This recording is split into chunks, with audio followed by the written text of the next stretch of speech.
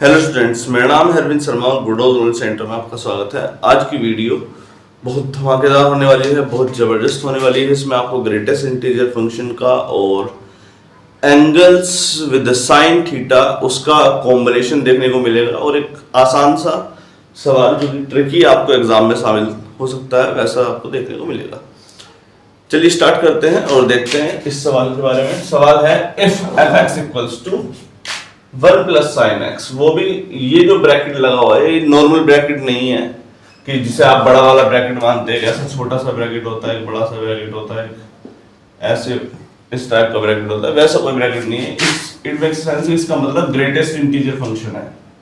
ऐसे ब्रैकेट अगर मैथमेटिक्स में बने हुए आते हैं आइडियली वो देता है, इसकी वैल्यू क्या होती है GIF greatest integer function. I hope so कि आपको ग्रेटेस्ट इंटीजर फंक्शन की प्रॉपर्टी पता हो। ग्रेटेस्ट इंटीजर फंक्शन हमेशा मिनिमम वैल्यू को दिखाता है। मिनिमम मतलब हमेशा छोटा आंसर दिखाएगा, यानी कि अगर इसके अंदर 0.5 लिखा है तो इसकी रेंज कहां से कहां तक होती है 0 और 1 तक, और ये आंसर दिखाएगा 0। अगर इसके अंदर मान लो कि 1.2 लिखा है तो ये वैल्यू दिखाएगा 1 और 2 के बीच में, मतलब यानी कि 1 आंसर दिखाएगा। अगर इसके अंदर आपने देखा 3.6 लिखा है तो इसकी वैल्यू होगी 3। अगर इसके अंदर -2.5 लिखा है तो इसकी वैल्यू जो आएगी -3 और -2 में से -3 पर जाएगी। तो ये आपको वेरिएशन देखने को मिलेगा कि ग्रेटेस्ट इंटीजर फंक्शन की जो वैल्यू होती है वो हमेशा मिनिमम वैल्यू को दिखाएगी। कोई कंफ्यूजन नहीं है, ये चीज आप कंफर्म कर ले चलें, अपने आप को ग्रेटेस्ट इंटीजर फंक्शन की प्रॉपर्टी को अपने दिमाग के अंदर बैठा के चलें। हालांकि हमने इस पे अच्छे खासे न्यूमेरिकल करा रखे हैं ग्रेटेस्ट इंटीजर फंक्शन को। फंक्शन चैप्टर में हमने एकदम ऐसे मतलब खतरनाक ढंग से सवाल कराए हैं, इसमें मतलब बहुत जबरदस्त वाले। ठीक, चलिए सवाल पे आते हैं। सवाल दिया है 1 plus sine X, 2 plus sine X by 2, 3 plus sine X by 3 plus plus plus N X plus sine X by N, और एक्स की वैल्यू भी दी है इन्होंने 0 से लेके पाई तक की। साइन थीटा की वैल्यू कितनी दे रखी है 0 से लेके पाई, बस यहां तक 0 से लेके पाई बाई 2। पाई बाई 2 पर ये अपनी मैक्सिमम वैल्यू दिखा सकता है जब इसकी वैल्यू होगी 1। ठीक, अब मुद्दे वाली बात पे आते हैं। साइन थीटा जब ये यहां पर होगा, यहां पर वैल्यू कितनी दिखाएगा, मान लो कि इसके आधे पर है 1/2 दिखा देगा, √3/2 दिखा देगा, 1/√2 दिखा देगा, 1/2 दिखा देगा। ठीक, यहां पर भी सेम वैल्यू दिखाएगा √3/2, 1/2, 1/√2, ऐसे ऐसी वैल्यूज यहां पर भी दिखाएगा। कोई कंफ्यूजन तो नहीं है। इस ग्राफ में आपको और कोई खास वैल्यू देखने को मिलती है कभी? 0 से लेके पाई तक के आपने सारे एंगल याद करे होंगे, sine 30 degree, sine 60 degree, sine 45, सारी की सारी वैल्यू कैसे दिखाता है, फर्स्ट और सेकंड क्वाड्रेंट यहां पर आ जाते हैं। फर्स्ट क्वाड्रेंट π/2 तक रहता है और सेकंड क्वाड्रेंट आपका π/2 से पाई तक रहता है। दोनों केसेस आपने देखे हैं, दोनों ही केसेस में साइन थीटा पॉजिटिव दिखाता है। इट मेक्स सेंस कि इसकी वैल्यू 1/2 √3/2 1/4 कुछ इस प्रकार की ही आएगी, और ये वैल्यू आपको अंदाजा लग जाना चाहिए अब तक। 1/2 मतलब 0.5, 1/2 का √2 का मतलब 1/1.414, यानी कि ये 0.5 से थोड़ा सा बड़ा आएगा, लेकिन ये 1 से छोटा ही है। तीसरा केस √3/2, 1.73/2, यानी कि ये 1 से छोटा ही है, यानी कि सारी की सारी वैल्यू कैसी आ रही है 1 से छोटी आ रही है। क्यों आ रही है? क्योंकि x का वैल्यू ही वो है। ये x के केस में है, जब x/2 करोगे, x/2 करोगे तो वो तो और छोटी वैल्यू दिखाएगा, और छोटी वैल्यू और छोटी, लेकिन इसकी वैल्यू 0 से छोटी नहीं हो सकती। पूछो क्यों? क्योंकि 0 से लेके पाई तक साइन की कोई सा भी एंगल हो, सारे की सारी वैल्यू 0 और पाई के बीच में है। लेकिन यहाँ पर याद रखना, इन्होंने स्ट्रिक्टली ग्रेटर देन बोला है और स्ट्रिक्टली लेस देन बोला है, जैसे कि 0 को भी आप शामिल नहीं करने वाले और पाई को भी शामिल नहीं करने वाले हैं। ठीक, कोई कंफ्यूजन तो नहीं है? चलिए सवाल खत्म हो गया, इतना ही था। ये इतना ही था, तो फिर टाइम पास क्यों करा? तो टाइम पास हमने नहीं करा, हम देखते थे। 1 प्लस साइन थीटा की वैल्यू आ रही है 0.5, 2 प्लस ये साइन x/2 0.5, साइन 30 का था साइन 15 आ जाएगा, उसका भी कुछ वैल्यू मान लेते हैं, इससे थोड़ी छोटी है थोड़ी बड़ी मान लेते हैं 1/रूट, कुछ लिख लेते हैं इसमें 0.7 लिख लेते हैं लेट, 3 प्लस 0.9 लिख लेते हैं लेट, एंड सो एन 0. कुछ भी 4, 5 लिख लो, हमें कोई फर्क नहीं पड़ता क्योंकि हमें याद ही नहीं है साइन 15 डिग्री साइन 7.5 डिग्री क्या आंसर आएंगे। अब एग्जैक्ट याद है तो कोई बात नहीं, वैसे इतनी बड़ी टर्म याद कौन करेगा, नहीं हो सकती। अब इस सवाल को ध्यान से देखिए, इसकी वैल्यू 1.5 है, इसकी वैल्यू 2.7 के आसपास, इसकी 3 पॉइंट समथिंग के आसपास, 4 पॉइंट समथिंग के आसपास, n पॉइंट 4, 5, 4, 6 कुछ भी, एंड सो, ठीक। जब वैल्यू 1.2 आ रही थी तो उसमें आंसर कितना दिखा था, ग्रेटेस्ट इंटीजर फंक्शन हमेशा मिनिमम वैल्यू यानी कि 1 और 2 के बीच में 1 आंसर आ जाता था। जब 2.5 आता था या 2.6 आता, 2.7 आता तो 2 और 3 के बीच में 2 आंसर आ जाता था। n पॉइंट 4 और 7 के बीच में मान लो कुछ भी, n से पहले n पॉइंट समथिंग मतलब ये ग्रेटेस्ट इंटीजर फंक्शन के अंदर है। ये वैल्यू कहां से दिखाएगा, n या n+1, हमेशा छोटी वैल्यू दिखाएगा n। कोई कंफ्यूजन तो नहीं है, यही मैं जानना चाह रहा था। सवाल समाप्त होता है, इसकी जगह थोड़ी सी जरूरत और पड़ने वाली है, इसको अभी होल्ड कर लेते हैं। तो 1.5 की पहली वैल्यू हो जाएगी 1, 2.7 से आंसर आएगा छोटा 2, 3.9 में 3 या 4, 3, 4.5 में 4 और 5, 4 plus 5 plus n, 1 plus 2 plus 3 plus 4 plus 5 plus n। Sum of n natural number is, क्या हो जाएगा जल्दी बता दो मुझको। Sum of n natural number क्या होता है, फॉर्मूला याद है, चलो मैं दिखाता हूँ, मिटाने की इच्छा नहीं है इससे, नहीं लिखते हैं छोड़ो। मान लो 1 प्लस 2 प्लस 3, 3 2 5 और 1 6 होता था। फॉर्मूला कौन सा लगता है यहाँ पर, 3 × 4/2 n+1/2। देखो जरा 3 2 जा 6 आ रहा है कि नहीं आ रहा। अगर मैं लिखूं 1 प्लस 2 प्लस 3 प्लस 4 प्लस 5, इन पांचों को जोड़ना हो आपको, वैसे जोड़ के देखो, 5 4 9, 5 और 4 9, 9 और 3 12, 12 और 2 14 और 1 15, 15 आ रहा है। अब इसको डायरेक्टली जोड़ के दिखाते, कितनी टर्म है, 5, 5 गुना 6/2, 2 3 6 5 3 15। देखो आ रहा है कि नहीं आ रहा, बिल्कुल एग्जैक्ट आ रहा है। तो इसका फॉर्मूला क्या बनता था, इसके सम का फॉर्मूला बनता था n+1/2। तो एक सॉल्यूशन आपका आया, इसकी मिनिमम वैल्यू आई है n+1/2। मिनिमम वैल्यू कितनी आई है, n+1/2। अब ऐसा नहीं कि आप इतने पे ही सवाल छोड़ करके आ जाए, हो सकता है कि ये सवाल मल्टीपल चॉइस क्वेश्चन में आए तो ये सवाल थोड़ा सा और डिफिकल्ट हो सकता है और आपको सोचने के लिए थोड़ा सा मजबूर और किया जा सकता है। सवाल को देखते हैं, हटाओ जरा इस सब को इसमें। जब साइन थीटा यहां था, कहां था, मान लो π/2 पर था। जब साइन थीटा π/2 पर था तो उस समय पर क्या हो रहा होगा, उस समय पर क्या होगा जब साइन थीटा π/2 है, एग्जैक्टली बीच में तो ले ही सकते हैं। तो साइन x की वैल्यू कितनी जाएगी 1, इसकी वैल्यू कितनी जाएगी साइन 45 डिग्री यानी कि 1/√2। ये उसका भी और कुछ वैल्यू दिखा देगा, 1/3 मान लो और 1/4 मान लो, 1 ऐसे कुछ मान लो, ठीक। तो पहले वाले सॉल्यूशन में अंतर आ गया है बस यहाँ पर। ये 1+1 जब ग्रेटेस्ट इंटीजर फंक्शन के अंदर 2 जाएगा, 2.7 2.3 पॉइंट समथिंग, वो तो अभी भी वैसे ही, उसमें कोई बदलाव नहीं आया है। n.45 उसमें किसी में कोई हमें कोई मतलब नहीं है। लेकिन पहली टर्म में, किसमें, पहली टर्म में 1 आने की बजाय 2 आ गया है। और ग्रेटेस्ट इंटीजर फंक्शन की खासियत क्या है, ये सिर्फ डेसिमल्स में छोटा दिखाता है, यानी कि अगर 5.4 होगा तो 5 दिखाएगा, 6 नहीं दिखाएगा। लेकिन अगर इसके अंदर 5 जाएगा तो 5 ही बाहर आएगा और 6 जाएगा तो 6 ही बाहर आएगा। ग्रेटेस्ट इंटीजर फंक्शन की दूसरी खासियत क्लियर हुई, इंटीजर अंदर जा रहा है तो इंटीजर ही बाहर आ रहा है।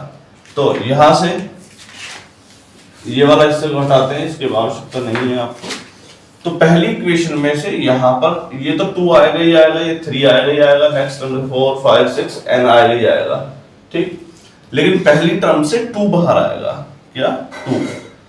फॉर्मूला कौन सा था हमारे पास, फॉर्मूला था nn + 1/2, किसके लिए था ये, 1 + 2 + 3 के लिए था। तो इस 2 को मैं 1 + 1 करके नहीं लिख सकता, 1 + 1।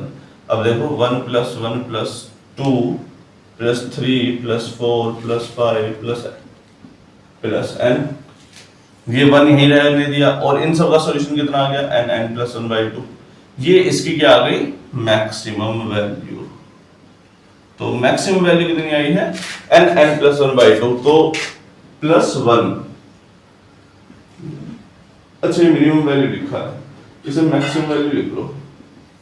मैक्सिमम वैल्यू कितनी आई है, nn + 1/2 +1, यहां लिख रखी है मैक्सिमम वैल्यू, कोई नहीं। तो मैक्सिमम वैल्यू कितनी आई है आपकी, nn + 1/2 +1, ये आपका दूसरा सॉल्यूशन यहां से जनरेट होकर के आया।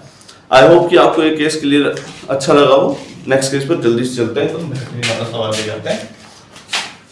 तो ये आपको ग्रेटेस्ट इंटीजर फंक्शन का एक और उसमें एंगल का सदुपयोग, दोनों का केस आपको देखने को मिला इस सवाल में, ठीक। चलिए 266,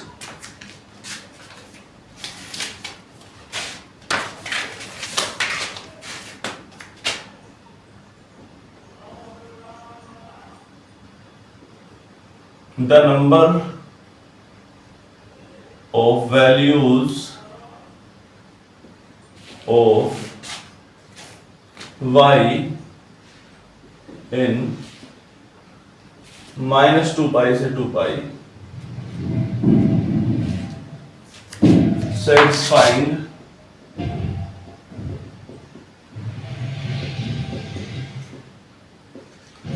satisfying the equation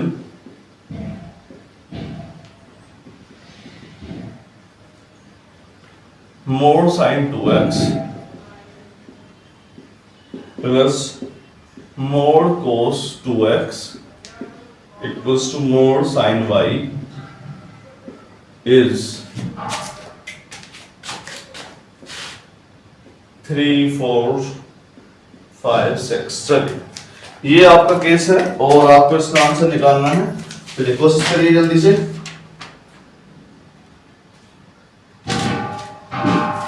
इस केस को ध्यान से देखिएगा बेटे, -2π से 2π में, -2π से 2π में सवाल ये है the number of values of y की वैल्यू बतानी है -2π से 2π के बीच में, जो कि इस इक्वेशन को सेटिस्फाई कर दे। mod cos 2x mod cos sin 2x plus mod cos 2x equals to sin y। आप sin थीटा cos थीटा से कितना ही प्यार क्यों ना करते हो, लेकिन परेशानी ये है कि अगर उसमें मोड आ जाएगा तो आपको भी उस पर गुस्सा आना शुरू हो जाएगा। ऐसा है, यही हकीकत बात है। और एग्जाम में बिना मोड के सवाल बनेगा ही नहीं sin थीटा cos थीटा का। ये तो भूल जाइए कि अगर आप बहुत अच्छी तैयारी करके sin थीटा cos थीटा के सवाल करके बैठे हो तो कुछ नहीं होने वाला, अगर उसमें मॉड्यूलस को देखने की आपने आदत नहीं डाल लिया तो अब से sin थीटा cos थीटा से प्यार नहीं करना है, अब से मॉड्यूलस वाले sin थीटा cos थीटा को पसंद करना है, वो ज्यादा बेहतर विकल्प रहेगा आपके लिए, ठीक। तो जनरली मोड की एक अच्छी बात ये होती है, अगर किसी फंक्शन के ऊपर मोड लगाओ, एक तो होता है फंक्शन f(x), x के ऊपर मोड लग जाना, क्या x के ऊपर मोड लग जाना। जैसे कोई ग्राफ खींचते हैं अच्छा सा, ऐसे ही जनरली एक मैं log x का ग्राफ खींच लेता हूं, क्या log x का ग्राफ खींच लेते हैं। ये log x के ग्राफ में अगर मैं log x के ऊपर मोड लगाऊं, f log x के ऊपर मोड लगा दो, तो क्या होता था, ये y एक्सिस को हम शीशा मान लिया करते थे और ये रिपीट करके ऐसे आ जाया करता था, ठीक, रिवर्स, ठीक, मतलब कि राइट साइड वाला लेफ्ट साइड में आ जाएगा। ये इसकी खासियत हुआ करती थी मोड की। और मोड की खासियत क्या हुआ करती थी, अगर फंक्शन के ऊपर मोड लगा हो, कहां, फंक्शन के ऊपर मोड़ लगा हो तो जो भी नीचे हुआ करता था, जो भी नीचे हुआ करता था वो ऊपर आ जाया करता था। फंक्शन के ऊपर मोड़ होने का मतलब क्या होता है, जो भी नीचे हुआ करता था वो ऊपर आ जाया करता था। यानी कि हम शीशा अब जो माना हमने मिरर वो माना था एक्स एक्सिस को, वो भी नीचे वाले केस में, ऊपर वाले केस में नहीं, नीचे वाले केस को ऊपर ले जाओ। ये मोड की खासियत है। इसमें क्या चीज सीखने को मिली, इसमें सीखने को ये मिला मॉड्यूलस लगने से हम वैल्यू तो माइनस प्लस में ऑब्जर्व कर सकते हैं, आ सकती है, लेकिन एक्चुअल वैल्यू जो फाइनल वैल्यू आएगी वो हमेशा पॉजिटिव। देखो y का एक भी कांस्टेंट 0,1, 0,2, 0,3, 0,4 कैसी वैल्यू दिखा रहा है, सारी की सारी पॉजिटिव दिखा रहा है। अब एक भी आंसर दिख रहा है तो मैं नेगेटिव की तरफ, मॉड्यूलस की तो अच्छी बात है। क्लियर हो गया, कंफ्यूजन नहीं है, वही देखना है बस। चलिए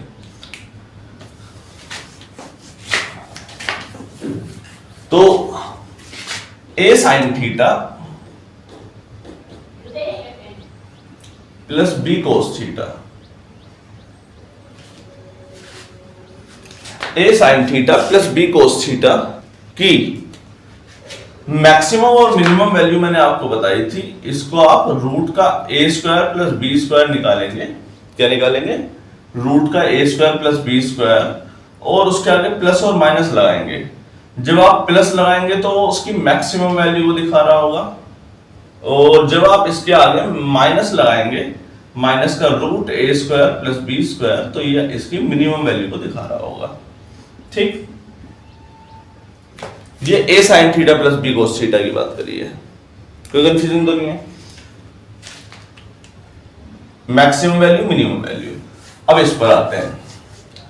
इसमें a क्या है, sin थीटा से पहले 1, b क्या है, यहां पर भी 1, तो इसका मैक्सिमम और मिनिमम वैल्यू होनी कितनी चाहिए, मैक्सिमम वैल्यू होनी चाहिए 1 का स्क्वायर प्लस 1 का square, a square plus b square यानी कि √2। मिनिमम वैल्यू कितनी होनी चाहिए, 1 का स्क्वायर प्लस 1 का स्क्वायर यानी कि √2, वो भी माइनस में। ठीक, कोई कंफ्यूजन तो नहीं है। मैक्सिमम वैल्यू 1 √2 और मिनिमम वैल्यू माइनस √2। लेकिन अब क्या परेशानी है, दोनों के ऊपर क्या लगा है, मॉड्यूलस, यानी कि नेगेटिव। सारा ग्राफ साइन थीटा का और कोस थीटा का चाहे कहीं से भी जाए, -2 पाई से 2 पाई बोला ना, -2 पाई से 2 पाई लो। ग्राफ पर क्या लगा है, शीशा। क्या लगा है, शीशा एक्स एक्सिस पर। तो नीचे वाला ग्राफ कूद करके कहां आएगा, ऊपर। नीचे वाला ग्राफ कूद करके कहां आएगा, ऊपर। क्लियर हो रहा है। तो यही क्लैरिटी की आवश्यकता है कि ग्राफ कंबाइंड करके कैसे देखोगे आप। तो इसकी जो -√2 है वो वैल्यू तो जा ही नहीं रही है भाई, वाह, ये तो मजा आ गया। मतलब इसकी मिनिमम वैल्यू भी कितनी जा रही है वो बताओ। अब आप बोलोगे सर 0 जा रही है, अरे कितना मजा आ रहा है, देखो 0, लेकिन 0 तो एक ही जा रही है। यहां तो ग्राफ 2 है, mod sine theta mode cos theta. दूसरे ग्राफ को कौन ऑब्जर्व करेगा, दूसरे ग्राफ को भी ऑब्जर्व करो भाई। अब ये यहां से ऐसे जाता है, अब ये यहां से भी ऐसे खिंच जाएगा, ये मोड कोस थीटा, ये रहा। क्लियर रहा। जब इसको 0 ले रहे थे तो इस समय पर इसकी वैल्यू कितनी आ रही थी, 1। जब आपने कोस थीटा को 0 लिया तो इसकी वैल्यू कितनी आ रही थी, 1। तो जब एक की मिनिमम वैल्यू चेक कर रहे हैं 0, तो दूसरे की मिनिमम वैल्यू कितनी आ रही है, 1। मैक्सिमम वैल्यू कितनी आ रही है, 1। इसका मतलब इसकी मिनिमम वैल्यू फंक्शन की कितनी हो जाएगी, 1। कंफ्यूजन तो नहीं है। हम एक को मिनिमम पहुंचा दिया, मान लो साइन थीटा को कोस थीटा को हमने मिनिमम पहुंचाया 0, 0 रख दिया हमने, हमारा क्या जा रहा है। लेकिन उस समय पर साइन थीटा 1 दिखा रहा है, यानी कि इसको मिनिमम वैल्यू भी आने के लिए 1 पहुंचना पड़ेगा। तो इसकी लेफ्ट हैंड साइड वाले की मिनिमम वैल्यू आ रही है 1 और मैक्सिमम वैल्यू आ रही है √2। चलिए सवाल खत्म होता है, होप सो आपको क्लियर हुआ हो। तो हमें एक चीज सीखने को मिली, sin 2x plus mode cos 2x। इसके केस में आपको मैक्सिमम और मिनिमम वैल्यू देखने को मिली 1 से √2। लेफ्ट हैंड साइड वाले की मोड साइन वाई वाले की पूछ लो बेचारे की। साइन थीटा मैक्सिमम और मिनिमम वैल्यू कितनी, -1 से 1, -1 0 1, -1 0 1, -1 ला ही नहीं सकता, फायदा ही नहीं है कुछ भी लाने का, क्योंकि इसकी मिनिमम वैल्यू भी बना रही है ना। ये -1 अपने आप को सोच सकता है, ना 0 सोच सकता है, ना 1 कुछ सोच ही नहीं सकता है। वैसे भी मॉड्यूलस लगा हुआ है, नेगेटिव तो लाएगा ही नहीं। तो इसकी जो वैल्यू है वो इसके मिनिमम के आसपास ही आएगी, यानी कि साइन वाई की जो वैल्यू आने वाली है मोड के अंदर, साइन वाई की वैल्यू कितनी आने वाली है, 1। तो मोड के अंदर साइन वाई की वैल्यू कब आएगी, 1। जब साइन वाई की वैल्यू कितनी जाएगी, प्लस या माइनस का 1। ठीक, ये बात तो कंफ्यूजन में नहीं है, पक्का। ग्राफ देख लें, ऐसा करते हैं साइन थीटा का ग्राफ देख लेते हैं। साइन थीटा वो भी मोड का, जब ये 1 दिखा रहा हो, इंटरवल ले लेते हैं -2 पाई से 2 पाई, -2 पाई से 2 पाई, माइनस का पाई, माइनस का 2 पाई, पाई और 2 पाई। चलो ग्राफ खींचते हैं साइन थीटा का। ठीक, हाँ बेटे, तो साइन वाई के केस में हमें लाना है +1 और -1। जब -1 है, एक तो ये रहा कंडीशन, कौन सी है ये, -π/2, और -1 कहां पर है, ये रहा, कौन सी कंडीशन है ये, 3π/2।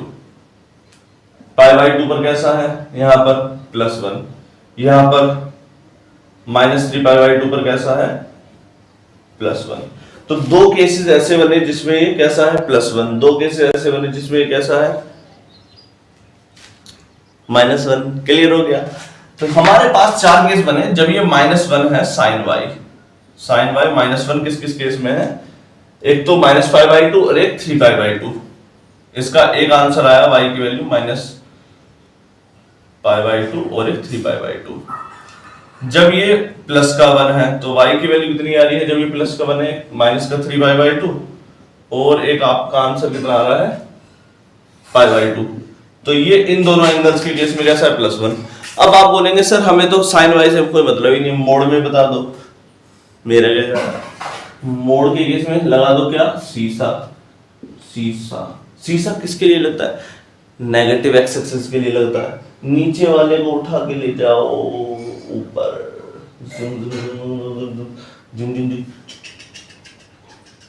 और ये ले गए, कहां पर पहुंच गए, 1 पर। मोड साइन वाई सारा का सारा बना आ गया। 1 देखो किस में आ रहा है, 1 पोजीशन, 2 पोजीशन, 3 पोजीशन, 4 पोजीशन। ठीक, आंसर नहीं बदला अभी हमारा, -3/2, -π/2, π/2 और 3π/2। अब भी वैल्यूज हमारी सेम ही आई हैं। अब हमने मोड साइन वाई से निकाला है, तो आपके सॉल्यूशन नहीं बदलने वाले, आप चाहे इसका इस्तेमाल करें चाहे इसका इस्तेमाल करें। तो वो आप ध्यान में रखिएगा कि आपको कैसे अपने आप इमेजिनेशन करना है, कैसे आप एंगल सोच पाएंगे एग्जाम में। तो हमारे पास फिलहाल इस केस में -2 पाई से 2 पाई तक आपके पास 4 सॉल्यूशन आ रहे हैं इस सवाल के। तो काफी बेहतरीन सवाल रहा ये। आई होप तो आपको क्लैरिटी आ गई हो। चलिए नेक्स्ट वीडियो की तरफ चलते हैं। आज के लिए इतना ही, नमस्कार।